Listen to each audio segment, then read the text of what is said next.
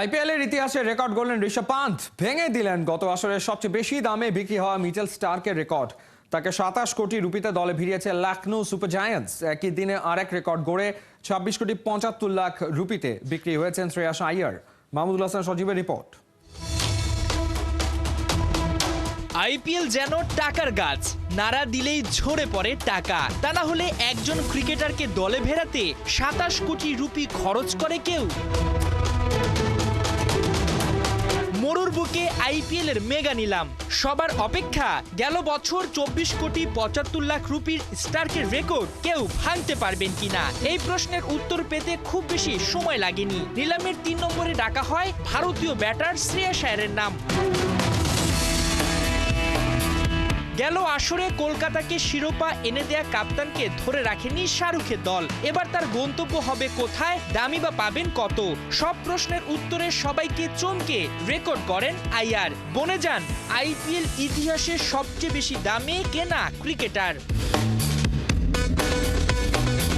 নিলামে নাম আসার পর প্রথমে তাকে নিতে ডাক হাঁকায় কলকাতা। শাহরুখদের পিছু ধরে প্রীতি জিন্টার পাঞ্জাব কিংস। চলতে থাকে লড়াই, ধীরে ধীরে দাম বাড়তে থাকে আইয়ারের। 7 কোটি 75 লাখ রুপি দাম উঠলে থেমে যায় পাঞ্জাব। এরপর কলকাতার সাথে দাম কষাকষি চলতে থাকে দিল্লির। 9 কোটি 75 লাখ রুপি পর্যন্ত বিট করে হাল ছেড়ে দেয় কলকাতা। ফের দাম হাঁকাহাঁকিতে যুক্ত হয় পাঞ্জাব। দিল্লি পাঞ্জাবের যুদ্ধে শেষ পর্যন্ত আইয়ারকে ছিনিয়ে নেয় প্রীতি জিন্টা। স্টার্কের রেকর্ড ভেঙে 26 কোটি 75 লাখ রুপিতে নতুন গন্তব্যে যুক্ত হন চ্যাম্পিয়ন ক্যাপ্টেন।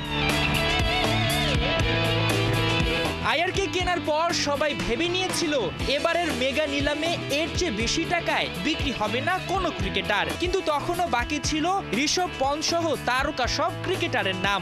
মাত্র 30 মিনিটের ব্যবধানে আইয়ারের রেকর্ড ভেঙে ফেলেন পন্থ।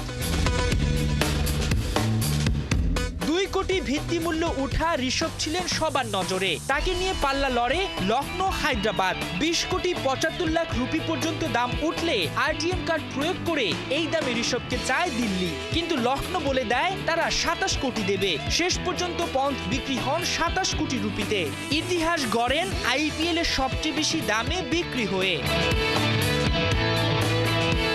মাহমুদুল হাসান সজীব, 71।